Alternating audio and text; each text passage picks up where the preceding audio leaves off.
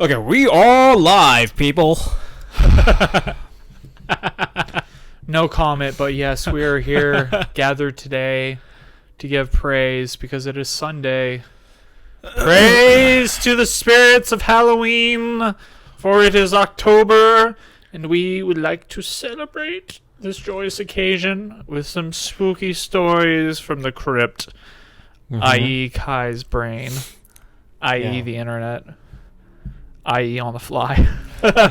We've killed like 30 flies. Oh my today. gosh, we have murdered flies today. I'm actually a bit worried about what if they get together, resurrect all the bodies, and make a mega fly, and then come and get us while we're sleeping in our beds. Well, that would be a consequence you will have to deal with. You know, because you kill them. I didn't kill any A of them. man-sized fly? Oh my Yeah. god. No. Let's talk about less scary things. Let's talk about things that have actually occurred in reality. Things that are... There are a lot. There are a lot of things like that. Yeah, you were mentioning a mental asylum before we turned on the camera. Yeah. And we had talked about, at one point, potentially going to a mental asylum to make a little video, detect the paranormal. Sure. So mostly we've released podcast clips and few vlogs maybe about climbing, but probably, well, regardless, the highest view we've gotten so far is about 600 views, right? So we're making an announcement today officially. Official announcement. Yeah, if this video... Oh, by the way, before we're going into that, I wanted to explain our new structure of podcast, which is that we're on Patreon because we don't want ads or any other influence. Fuck your ads. But so far, we've been releasing full versions just for patrons and 20 or so minutes of clip for free every week. We've missed past few episodes. But starting this week, we are releasing everything, the full versions, for free. Yeah, so everybody in the public will have access to the full audio and video library content on our YouTube, Spotify, Apple, wherever you can listen to podcasts, essentially. And you'll be able to listen to the full clips because we didn't want to limit the conversations we're having and the material we're covering to just those 20-minute sessions. Yeah, like for a lot of people that might be all they want to listen to, but maybe there's something else out there in those podcasts that, you know, you can get value from. And we think there's real value there. Yeah. So we'd rather have it be open to everybody to listen to. And then the people that find value in it can, you know, continue to support us on Patreon because, again, this is not a for-profit mission. We're doing this because we love it and we want to have meaningful conversation that can help lead more people into experiences to help discover the path for themselves that's truly unique and individual. So, that's and then I think it's mutually beneficial, right? We can put out our message and more people can access to it, and I guess that's it. That's all it is. So without further ado, prepare yourself for the full hour of torment, screams, and maniacal laughter. And also a brief, I guess, thing that I like to say before we actually start this is that our podcasts are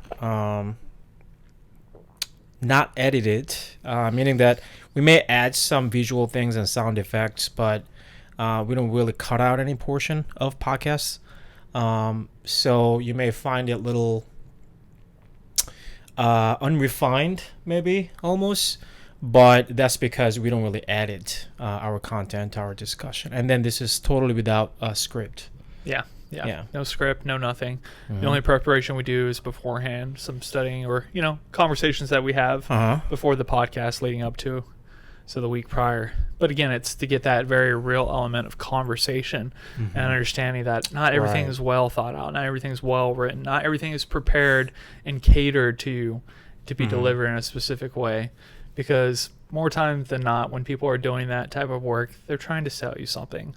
We're not trying to sell you anything other than our authentic individual selves and us as Yeah, podcasters. for So sure. just being real, dog, real trash. That is. Right.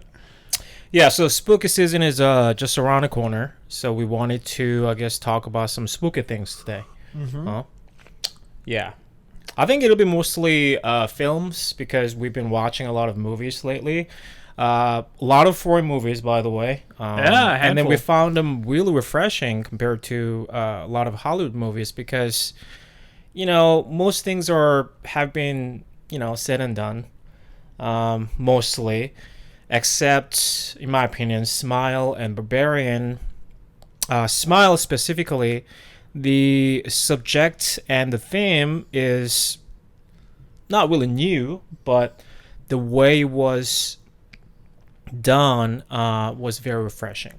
Yeah, they did a good job of continually reiterating the kind of psychological element that could be just perceived as mental illness or hallucinations. And they did hit on that over and over and again. And it was very, very well done. Enjoyable movie. Not as good as Barbarian, I don't think. Just because Barbarian's topping on a little more fresh topics and it's a little less straightforward. And the horror comes from some elements that may not even have a supernatural element. There's a horror built into those very real elements. So Barbarian, I guess, is more for the artistic type of horror, while Smile is going to definitely just satisfy the jump scare. Yeah, for sure.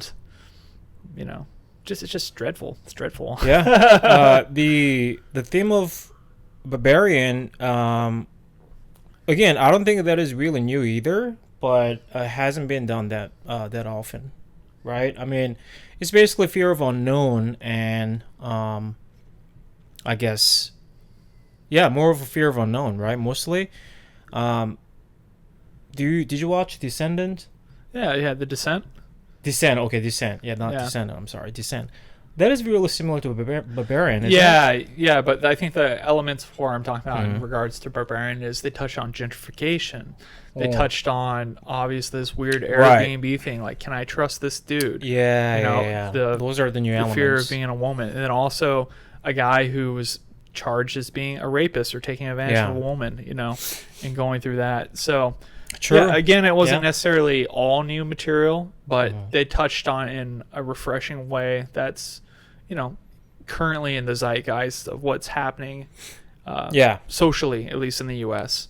So I think that's what made it more, in my opinion, valuable, is because it's more relatable with everything going on in the world. True. Whereas, don't get me wrong, what Smile did was great as well, awesome horror, but we've gone down the the mental illness aspect so many different times, and the horror genre especially. But yeah, they did it in a much deeper way. That really emphasized that, elaborated better of her experience going through that psychological breakdown. They focused really deeply on that. That's why it was really scary, actually, unsettling entire time. So I thought that, we've got a really talented director, after many years. That's how I felt after watching the film. Yeah, I'm looking forward to what he puts out next. But I guess that brings us to our initial conversation point, the mental asylum. Yeah. So before we started the podcast, we had been talking about a mental asylum. And so many times. At one point, more than at one point, Kai, I, and my other friend, our friend Steven, who passed away about a year ago now. We wanted to go and hunt some ghosts, not because we necessarily believe we're going to see anything or discover it. We just thought it'd be enjoyable to go make some vlog type material of us out there in the unknown, looking for it, having fun, laughter ensuing, blah, blah, blah. But we're willing to go somewhere incredibly spooky, potentially dangerous. So we didn't really finish our announcement earlier, but our official announcement today is that if this video, first full free for version to everybody, if this video hits 100,000 views, see, I'll do it for 100 views. See, he doesn't want to do it. That's why he said 100,000. No, it's not that because I don't want to do it. It's just that my willingness is more than 100 views. Yeah. You know, that's just all it is. And then it's gonna make us prep for whatever visit that we're doing, depending on the location and elements of those locations. You know, I mean, I don't think it'll be easy. Yeah, You no, know? you're right. Yeah, that's why I'm putting 100,000 Yeah. views. So if you'd be interested in seeing Kai and I investigating the paranormal. Yeah. So yeah, if it hits 100K views, then we'll go to haunted place, whether that's an asylum or whatever. You know, one of the famous one, I guess. We can Google it, and we pick a place and then go there, spend a night. Yeah. Yeah, we're not talking about just a couple of hours of filming here. Yeah, we'll bring a Ouija board. We'll try to talk. Yeah, You know, we're gonna go to full 9 yards to get a real reaction. 100%. Because I don't think we're gonna get any type of reaction at all. So I have zero fear. The only fear would be a homeless fear person. a little bit. I mean, you're scared of a homeless person? I'd be way more scared of like a homeless camp. Why? And a mental bro. If there's like 10 homeless dudes in there that are just living there, I would be way more frightening than fucking any ghost. I'd be like, yo, these dudes could fuck us up, bro. Do you think that they'll try to hurt you?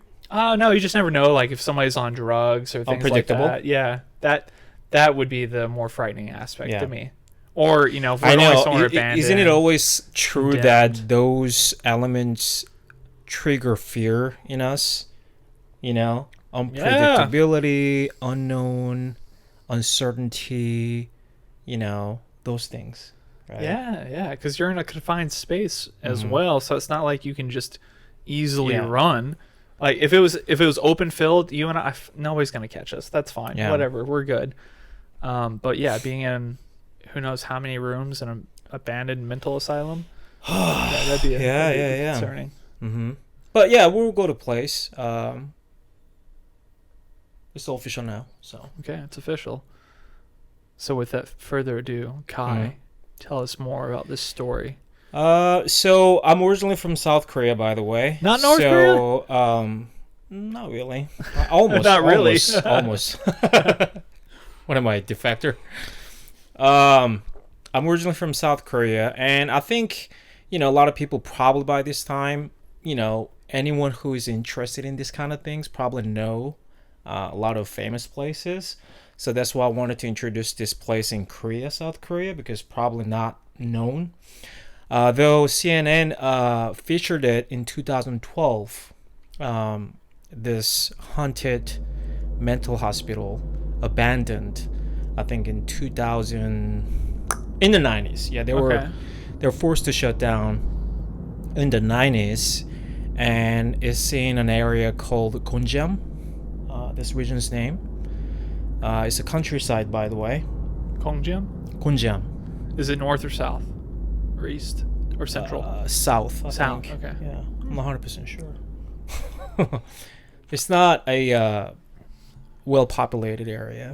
That's the thing. Okay. I guess that's what makes it a little more spooky, right?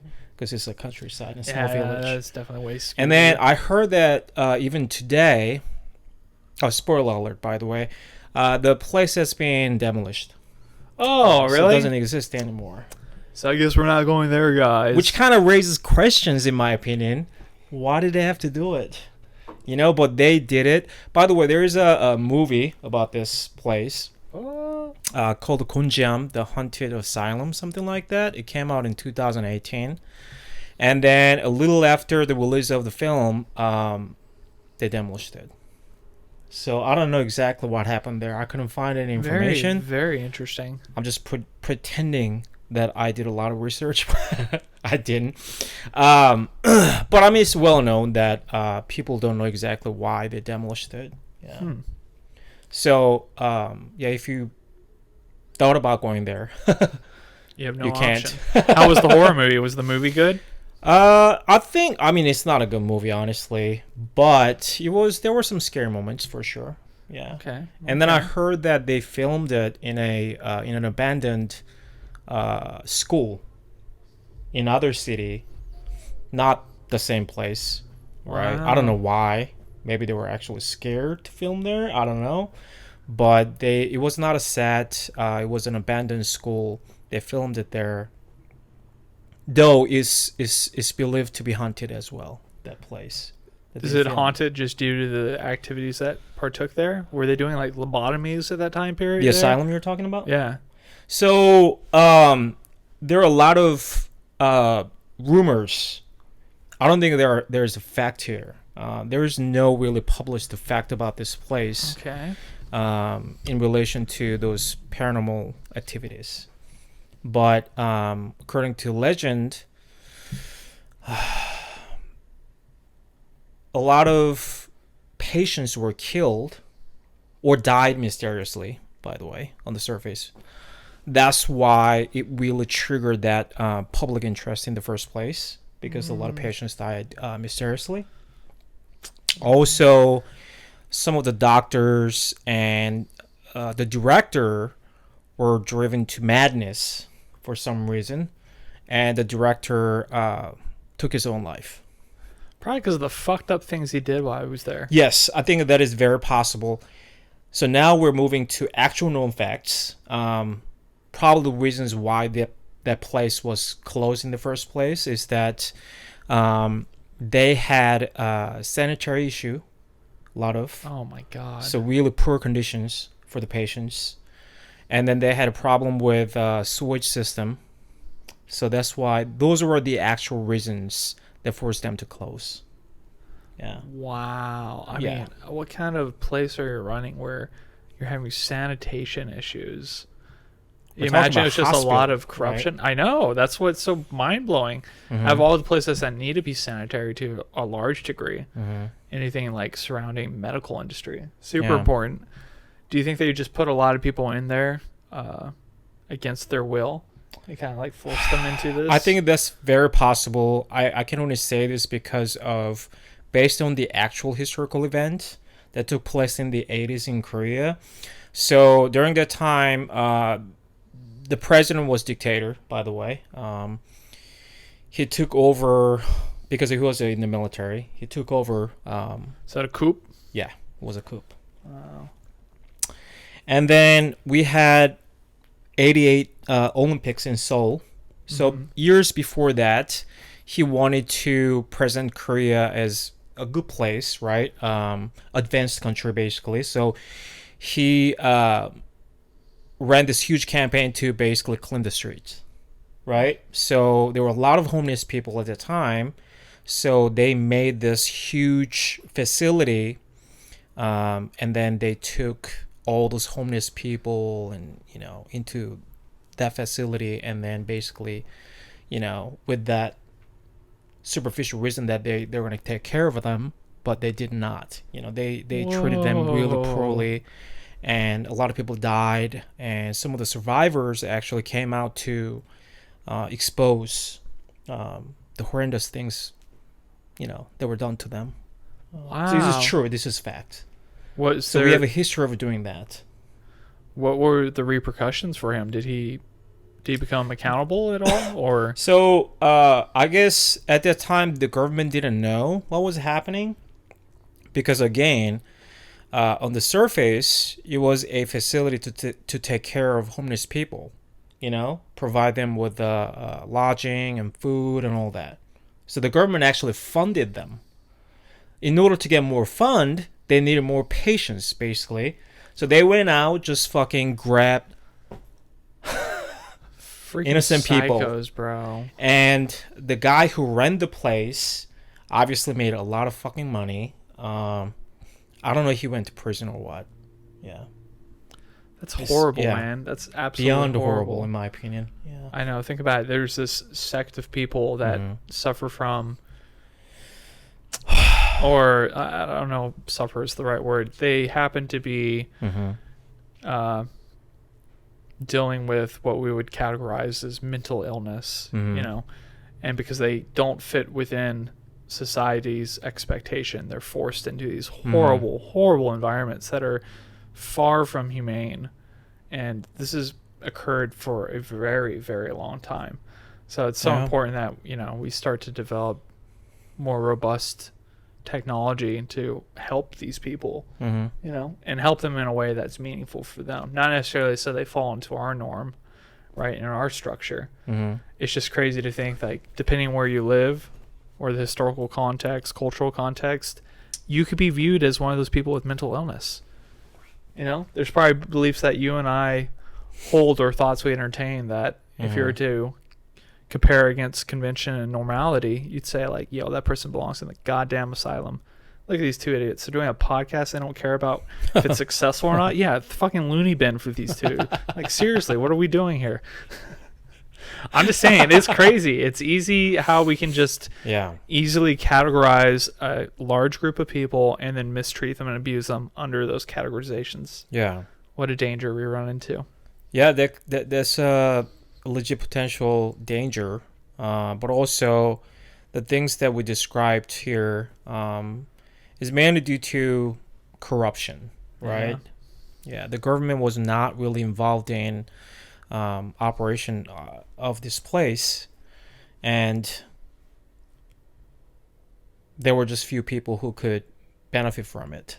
Wow. It's disgusting, you know. Basically, those people saw those poor homeless people just as a source of money. Yeah. You know? I mean, obviously, look at the security measures they have. Michael Myers has gotten out how many times now from these mental asylums? How many times has Michael Myers gotten out? He's in theaters right now, so he's escaped a lot of times. So obviously they're not even doing a good job protecting those people. He's out there right now on the big screen for the last time, for real this time, like they always tell us.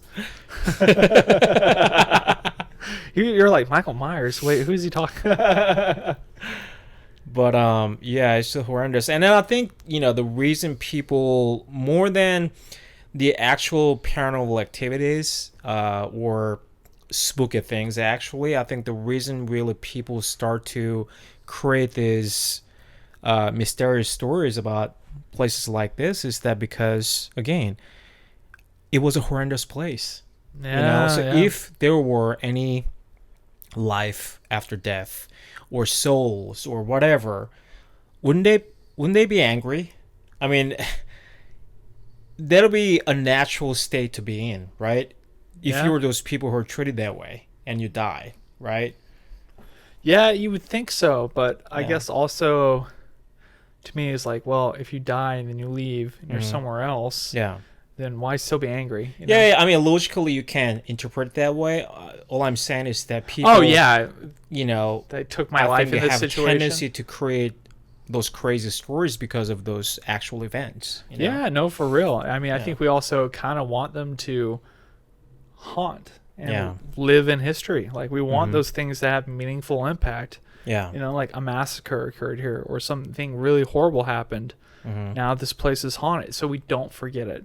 Yeah. You know what I mean? Like, how else do you create this kind of lore surrounding a very negative experience without giving it, like, the heaviness and the weight of a story? True. You know, like, stories are so powerful. Yeah. Just like we have stories about heroes and all these good things. You know, they're over the top deeds. Like, he fucking pulled the sword from the stone. Nobody else could pull it. It's always this over the top. But it's because they want to maintain, I think, to some degree, the nugget and kernel of truth about what actually occurred. Right? It just has to be blown up so I'm willing to listen to it. You know, we can tell this around the campfire, or it's worthy of being shared because it's entertaining to some degree, and it kind of gets a moral value across, or something of that nature. So yeah, I mean, I also think that's why I really appreciate horror and those things and those elements, because they are trying to tell a story typically surrounding, like, tragedy. Yeah. Something tragic. Yeah. Actually, Nietzsche will talks about it, that what do we learn from this? Like, what do we even look at? Why do we even praise this Greek tragedy, right, in the first place? And his text is that, well, look at the dissonance in music, right? It's all part of the music, right? And then when you look at the Greek tragedy, what you can realize is that, see, this is a life. Life is not perfect. Yeah. You know, the realization of the reality is a really powerful thing, you know?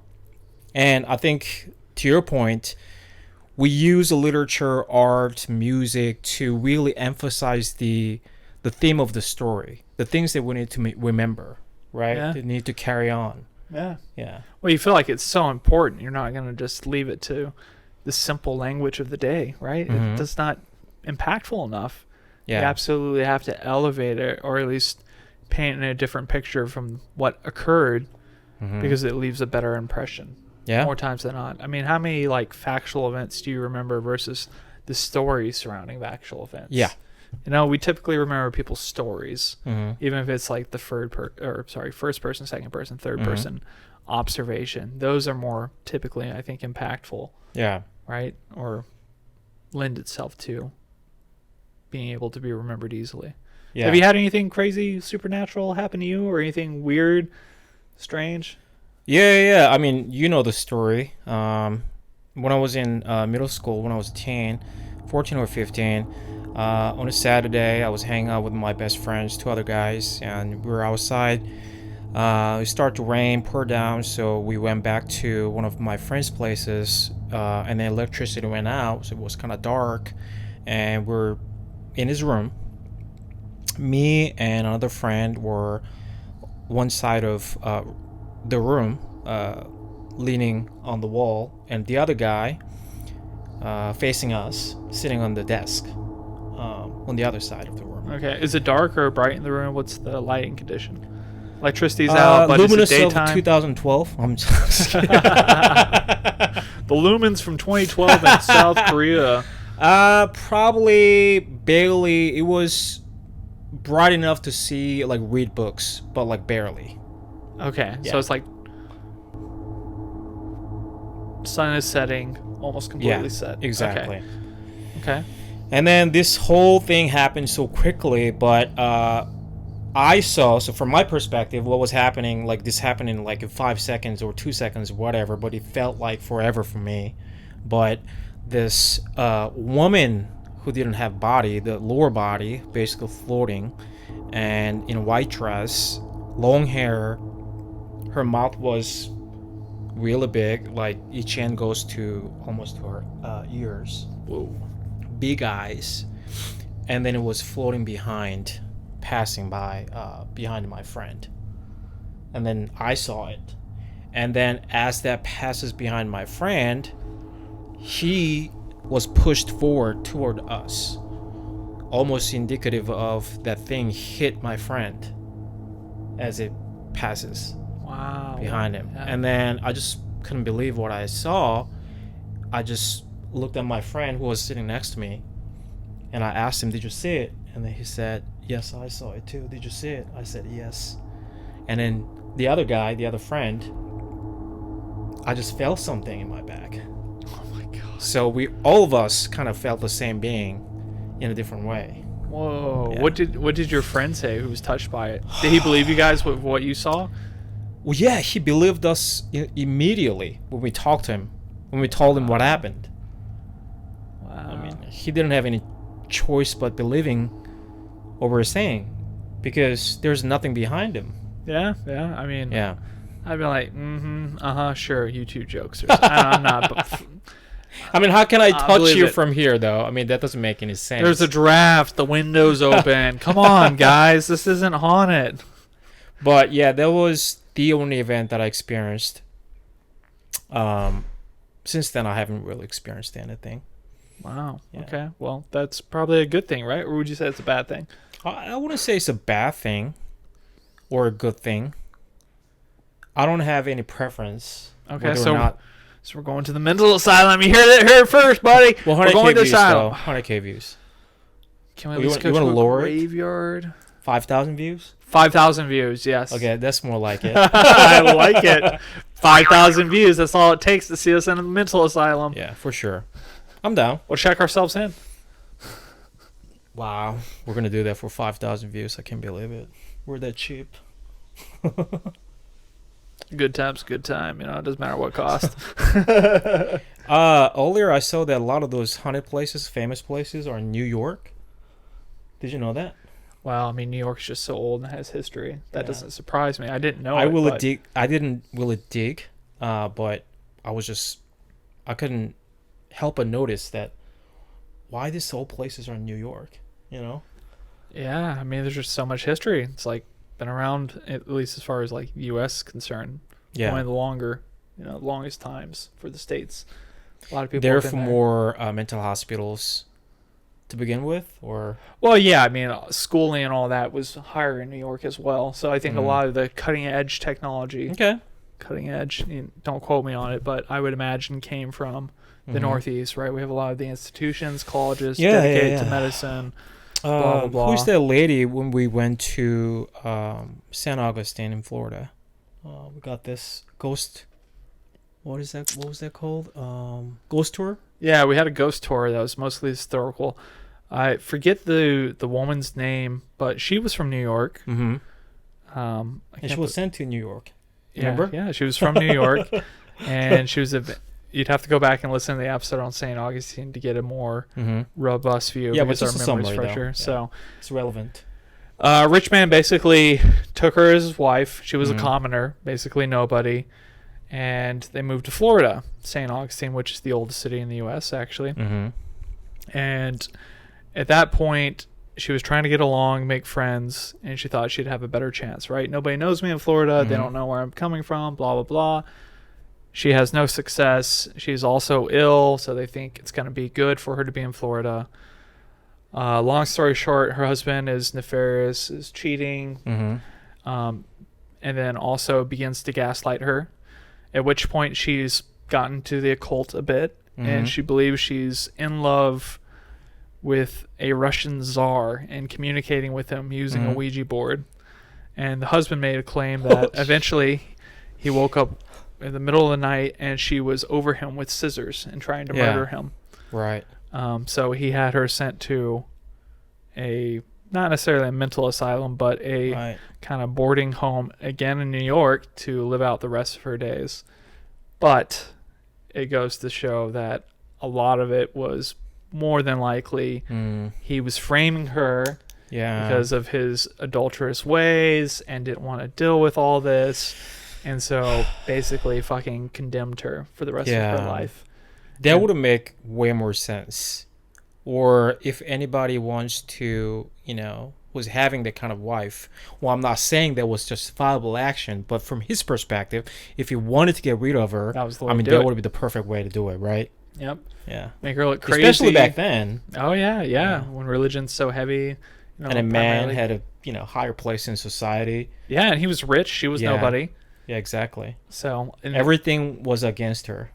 Yeah. And these accounts aren't uncommon. That's the most fucked up thing about the time period. And still going forward, even the time period, present day is way better, obviously. But, bro, women have been so abused. Yeah. Through just fucking recorded history. It's unfathomable, the amount of abuse and slavery they've, suffered to, under a different name entirely. Yeah. But yeah, it is interesting to see how much of the history of a place is tied to, again, these haunted stories. And that was the cool thing about St. Augustine being one of the oldest cities in the U.S. Not one of the oldest city in the U.S.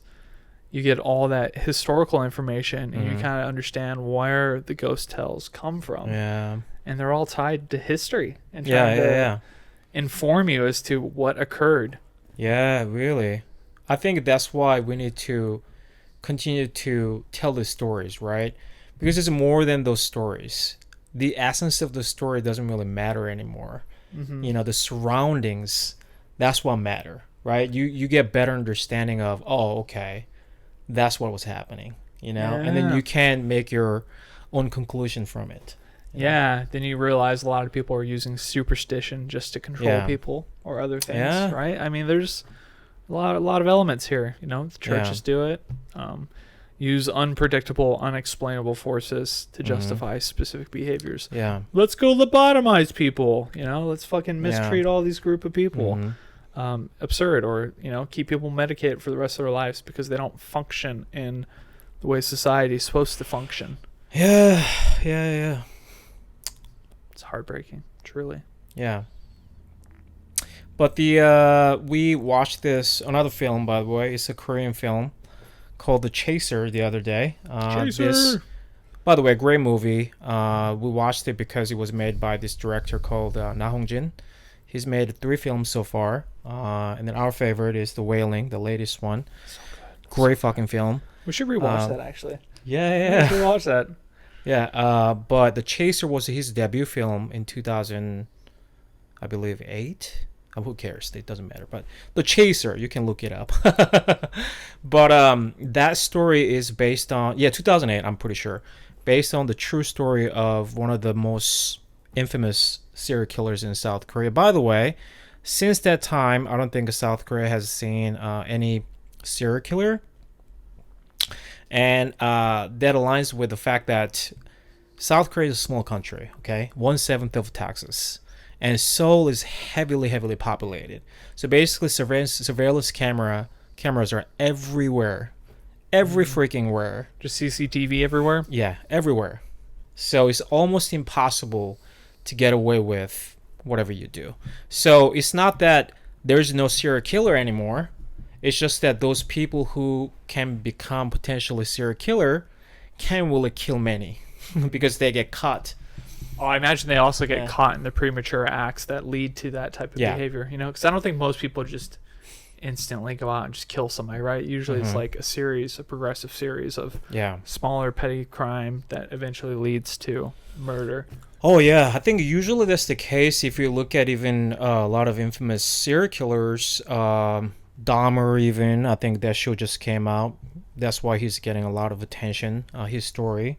By the way, I don't know well about Dahmer. I don't know if you do, but I don't know well. Yeah, but seems like I just saw a clip of his interview when he was younger, I guess in the 90s.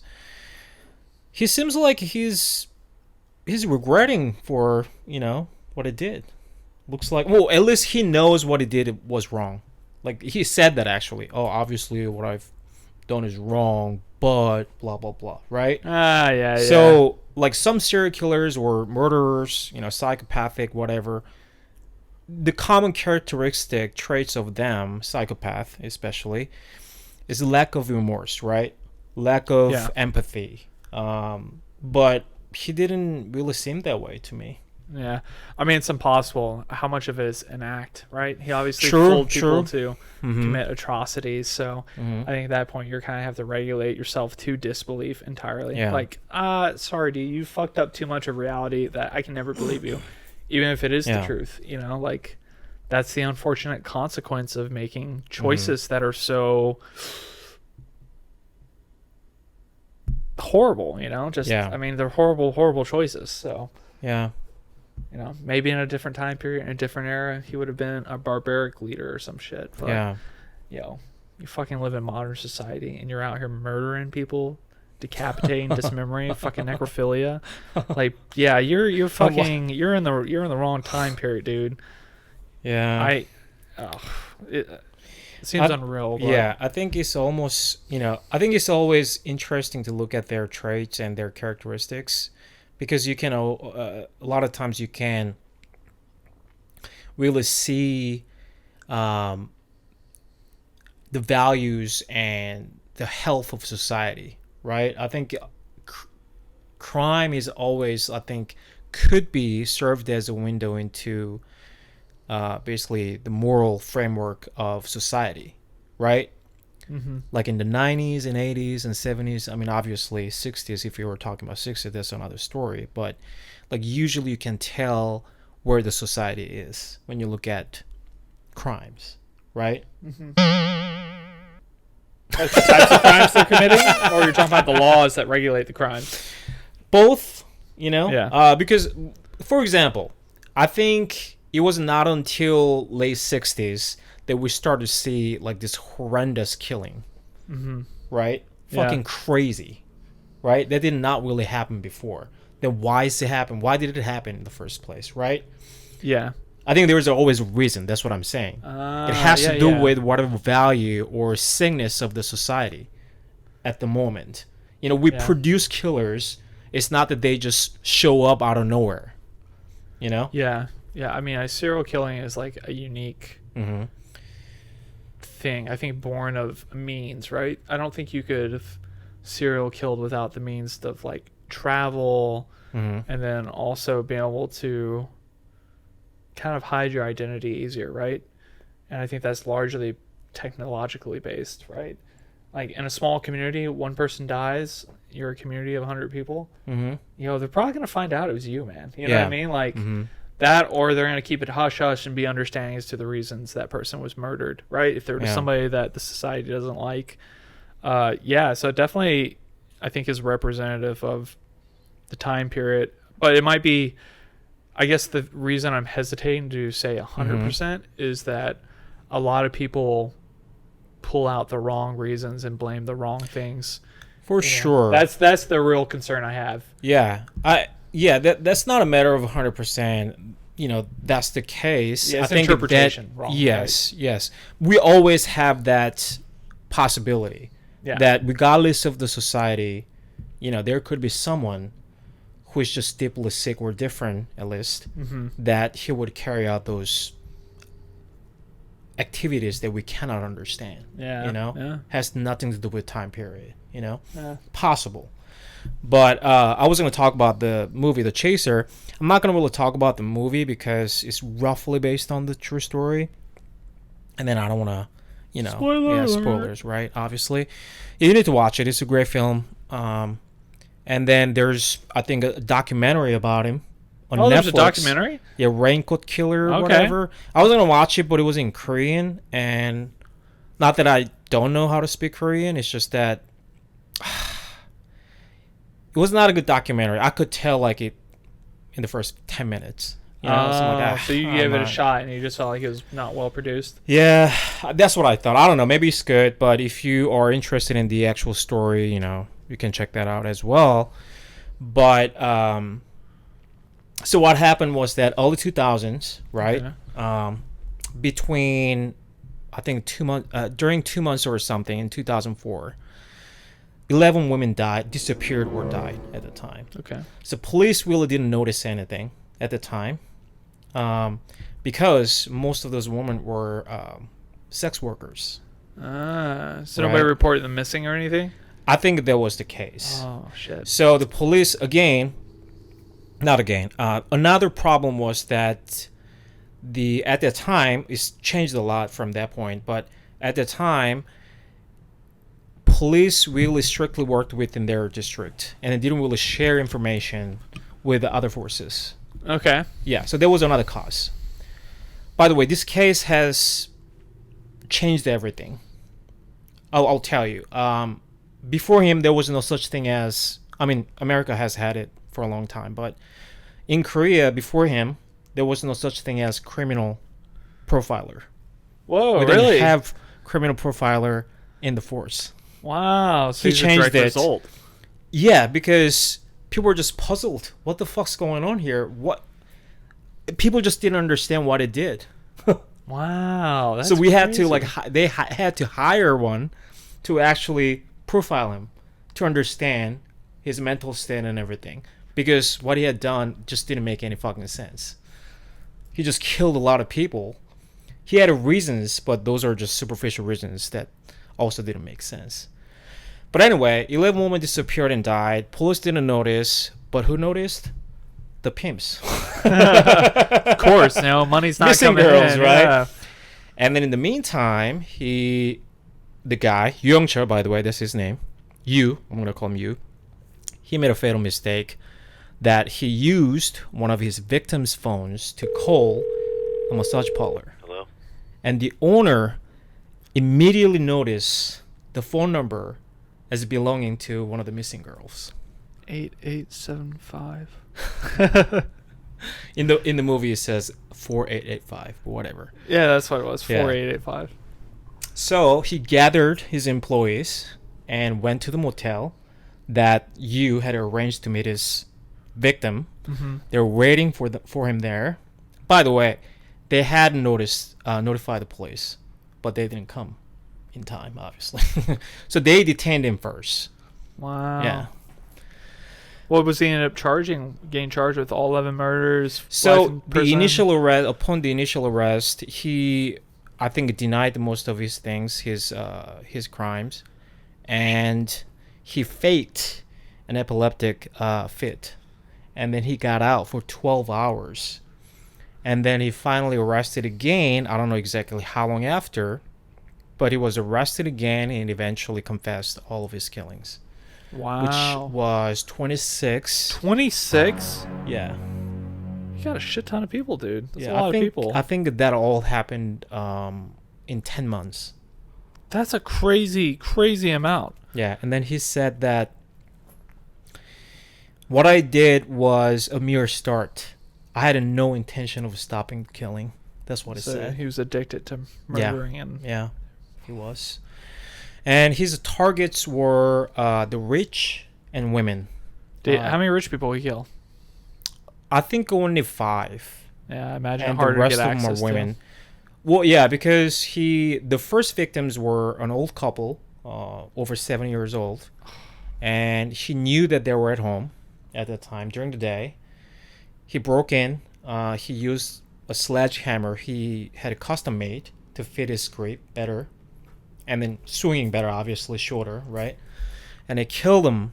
Didn't take any valuable things, and that's why police didn't have any fucking clue, initially, because that kind of horrendous motive, killing, right? there was no motive. Didn't take any valuables. What is this? And then 2 weeks after, I think it was 2 weeks, a little after that first killing, he killed another 3 people. Same manner. Police didn't notice still. Again, later when he started to kill those sex workers, those pimps noticed it, and then, that's how he got caught in the first place. Wow. Just like the movie depicted a little bit, right? Yeah. Yeah. I mean, it goes to show that they should just fucking regulate prostitution and all that to protect people as well.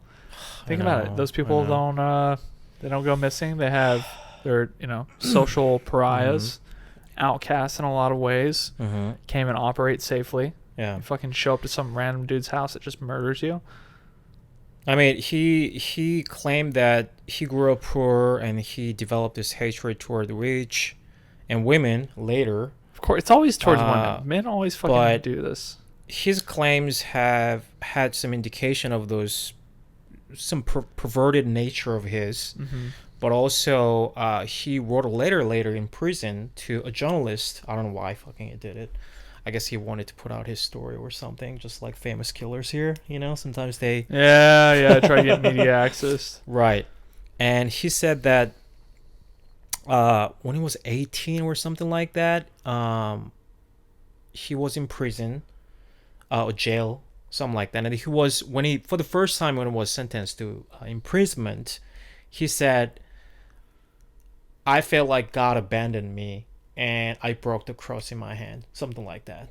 So he was blaming God for what he had done. By the way, the last charge, the first sentence was because he raped a 15-year-old girl. I mean, just imagine that. That's what you did, and then now you're blaming God for it? Bro, they should have fucking thrown away key right then and there. Yeah, so he's just... he's a sicko. Yeah. He's a sicko. So and the reason he targeted women later, especially sex workers, that after he was convicted of raping a 15-year-old girl, his wife, of course, wanted to divorce him, right? Just imagine that. And then he got mad at her, He got mad. And his ex-wife used to work as a masseuse. Yeah. So he later said that he targeted women who reminded him of her ex-wife and his girlfriend, who worked in a telephone room, which is again like a call center for dirty talk and stuff, probably things like that, just prostitution basically. So that's why he targeted those women. But in the end, if you look at what he has said, he's doing nothing but blaming for all of his horrendous actions. Of course. How else do you take actions like that? But that's what he truly believes. Yeah. That's the problem with him, right? He's not making an excuse. That's how actually he thinks. Yeah. But a lot of people do that. A lot of people Yeah. put the blame on everything but themselves. Mm-hmm. Like every negative thing in their life or perceived failure by them is not a result of them. It's a result of circumstance outside themselves. Yeah. You know, which is scary to see the danger of that logic, because you can be even in that situation where you're literally caught red-handed, like fucking blood on your hands practically, and you still don't feel responsible. That's crazy. Yeah. Fucking insane. It made me sick to my stomach. I hope you're happy. I mean, he said that I did it to kill society, but that's not really too stupid to even understand what society is constituted of. Christ, bro. What is this dude thinking? That's a perversion of justice, you know? I don't know how anybody can think that way. You know, by killing people, the rich, I'm changing the society, you know? Like, in what way that is justifiable or logical, you know? But I guess that's what insanity is, right? Yeah, and he didn't really have traumatic events either, it looks like. You know, some people do, or some serial killers, right? Typically in childhood, I think. Something like that. But I don't think, other than he just being raised in a poor family, I don't think he had any traumatic event. Yeah. So. And we should also, in the defense of people who have traumatic events, fucking a lot of people have traumatic events in their childhood. Oh, yeah. Still don't fucking murder people. Still don't do horrendous shit. Usually the horrendous shit is the things they do to themselves or the worldview they maintain that, like, you know, continually gets them hurt or injured now going forward, or they can't build great relationships. So, yeah, there's still a real trauma, even if it's not, like, outwardly displayed to other people. Yeah. So it just sucks that it does seem like a lot of negative things do stem from a poor childhood. Yeah. Or difficulties in childhood. Yeah. Yeah, sure. I mean, it's not to say that people who have had traumatic event or experience will become a serial killer. Well, that's not what we're saying. Yeah. But also, it is important to know that those things are not something that we should just scoff at, you know? Yeah. Those things are serious. Yeah. I think if that